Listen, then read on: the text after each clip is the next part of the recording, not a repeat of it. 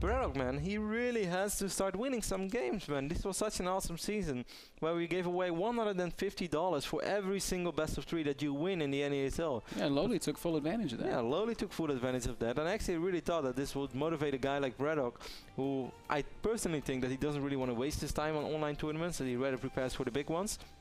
And I thought that he was going to do really well as well this season, but he's definitely had some unluck. But at the end of the day, 06, man, that also tells a story. It tells an unfortunate story for Braddock, and that's that he's been coming up short week in and week out. I still think he has what it takes to bounce back here and knock off HwangSin, though.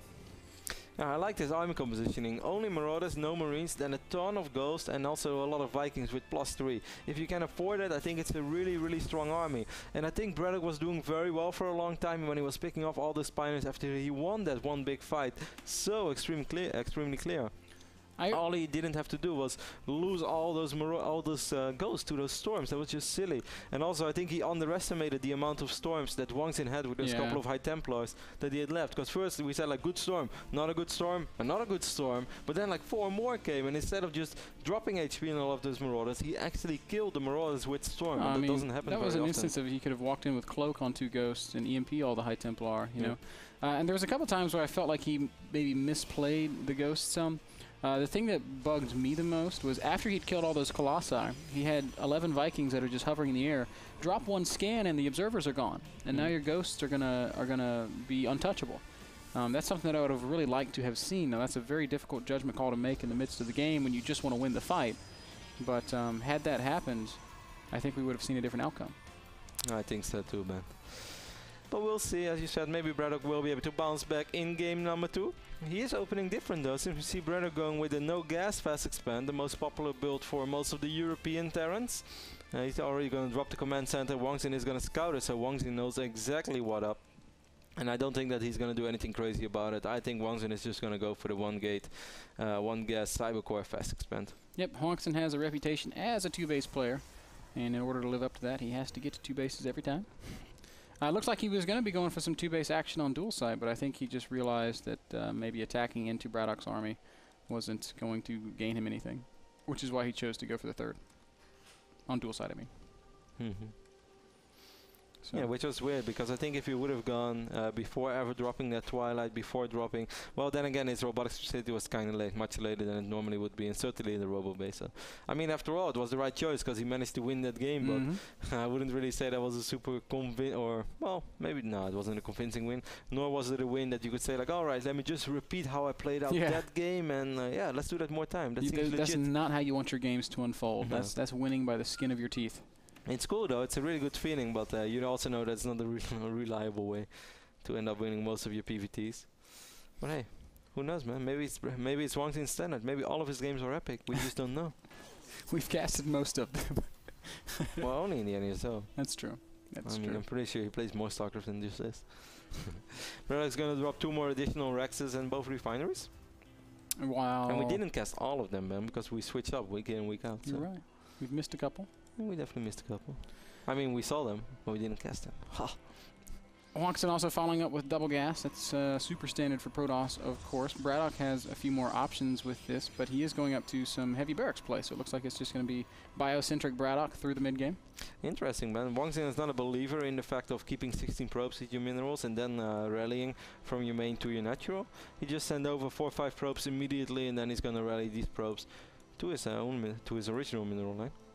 Small thing, but I kind of wonder, because most players, including myself, I kind of felt like, okay, well, if science, if research has proven that this is the best way to do it, the most optimal way, then we might as well do it. I love HwangSin. He's having very good mini-map awareness right now, by the way, because you saw that Braddock wasn't going to attack it straight away, that stock. He wanted to get close up and then get that big volley off. But HwangSin was paying good attention. Yep. Old habits die hard, Kev. Maybe that's why we see HwangSin transferring those workers over. Yeah, that's true. The worker Maynard, but as hey, it's known to be if I could adjust, man, anyone can, because I'm probably one of the most stubborn RTS players of all time.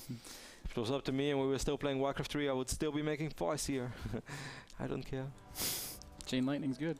Chain Lightning is awesome, man. Spirit Wolves are the best. I summon Chance. Chance and Kaitje, the 2 best dogs ever. Oh man, but then they would have to fight. Oh, they can fight. What would you do if Kaishi got stormed? No, Kaishi does not get stormed. She'd come out of the storm all like fuzzy and staticky. No. Oh, my doggy. Don't say that.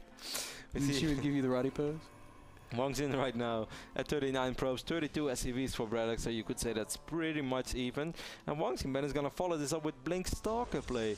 From one base, I've heard a lot of Terrans complaining about this. Actually been experimenting just a little bit with it on ladder as well. And it's very good if you can pick up the tech lab, which is researching Stim, because Terrans without Stim, they're going to have a hella hard time dealing with Blink Stalkers.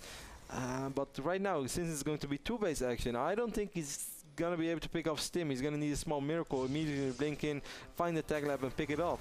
And I think the moment Stim is ready, Ben, he's gonna have to micro very, very well. It's gonna be a lot harder for him. And since there are also Marauders on the map, I'm not too sure about this opening from HwangSin. Interesting variation on the Blink Stalker, I guess, the one base Blink Stalker, I guess, is HwangSin is doing it off of these two bases, but the blink comes later. Frankly, he's got less units right now because he has invested in that economy. And he's also getting double fort, so it seems like he's going to use Blink much more of a time saver rather than going to try to win the game. And of course, Blink is always a good time saver. He's going to pick up the reactor immediately. That's already a nice start.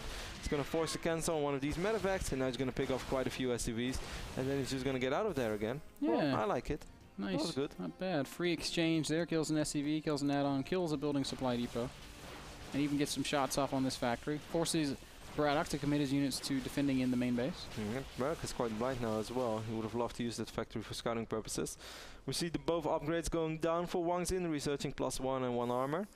So this is good, Ben, but you shouldn't forget that investing in Blink is a big investment, and you're always, I mean, you're guaranteed to do a little bit of damage, but he's going to need to do more than just a little bit of damage, because eventually, losing a Stalker there, that's very sloppy. He really wants to get a Marauder, but he ends up losing one more Stalker, so it's still not a good trade.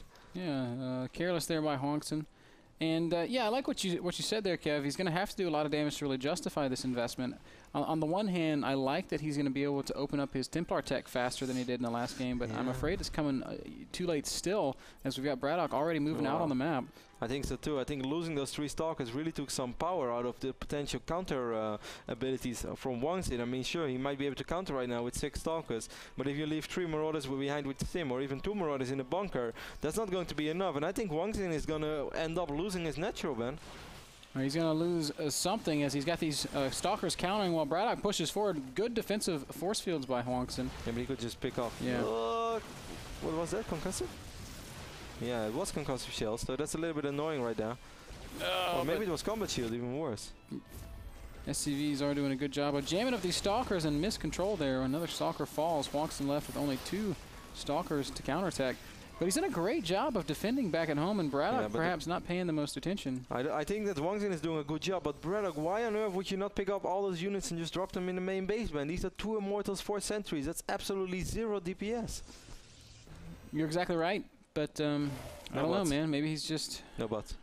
Sometimes you can have a butt, man, but today I can have a butt. Because Braddock really should have just picked up those units and dropped them over here in the side. Maybe pick up a fort or whatever. There's absolutely no reason to stand with such a powerful bio army with Stim over here when all that's up waiting for you over here is 4 Sentries and 2 Immortals. Now you can say he can't know what's in the main base. That's true to some degree, but you should also realize that HwangSin already had 8, 9, 10 Stalkers on the other side of the map. Of course, that includes the Stalkers that he lost before. So how can he ever have a lot of units in his main base? There's really only so many units you can have at a given point in a game. So Braddock definitely missed an opportunity. Now HwangSin has more units out, and it's going to be harder for Braddock to find those openings. Army supply 69 against 69 right now. 2-2 is being researched on either side. HwangSin just dropping more and more force fields. He's been doing a good job with that. He never really slacked. Scan goes down for Braddock, and Braddock will spot the robotics facility and the robotics base, so he knows what time it is. I'm a little surprised that we didn't see the Templar archives going down. Instead, HwangSin going to go Colossus before High Templar. Yeah, which is weird. Even before charge. Seems like Braddock's going to try to drop now at least. But it's so late. Yeah. It's so scary right now. Yeah, and look how many units HwangSin's been able to leave back at his base. Although he does pull most of them away, leaving just a few Stalkers. So... if he waits a little longer, 2-2 is going to be ready for our Korean Protoss player as well. And I'm worried, man. Braddock, his third command set is at least halfway done, though. I mean, some might say Braddock doesn't really have to do damage right now, because he's going to be a base up soon. Worker-wise, he's doing very good, 57 against 60. But right now, HwangSin is wiping in his third Nexus, so HwangSin is going to have better upgrades. And I don't know, the way that I saw Braddock control his army in the previous game, I don't think he's super confident against Protoss very, very late game, which is weird because Braddock was a top root war player as well. And he should have good maxed out army control, he should have excellent multitasking. But it just didn't look that flawless with having so many ghosts. For instance, if you see Happy playing like that against Protoss, most Protoss players won't be able to get a single storm off. Yeah, yeah.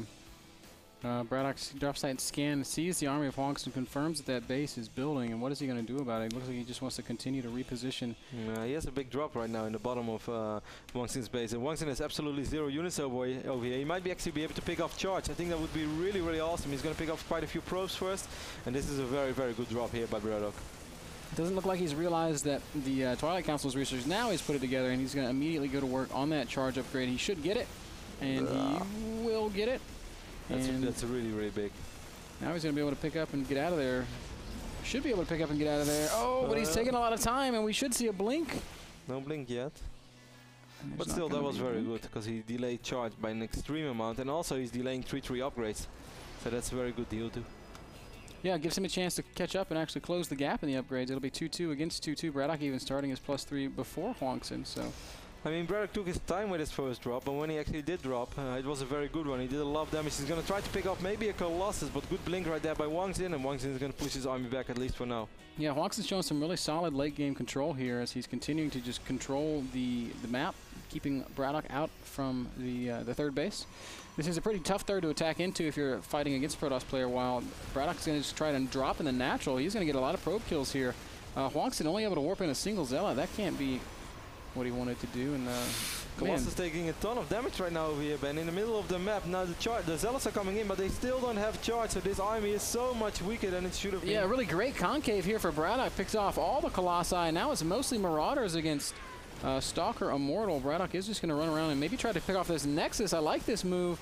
Yeah, committing this army to basically, well, possibly to death, but no, he's going to get the Nexus, and then he's just going to go out the way he came in, and HwangSin's not in position to stop it. Also picking off an Immortal, so Braddock up right now 40 supply, and he's up basically 2 bases, because, well, okay, you can say 1 base, but he's going to be up 2 bases soon, because he starts mining from this orbital now as well. HwangSin still has a scary army over here, but without charge, just the reinforcements are not going to be that scary. These Zealots are not that scary.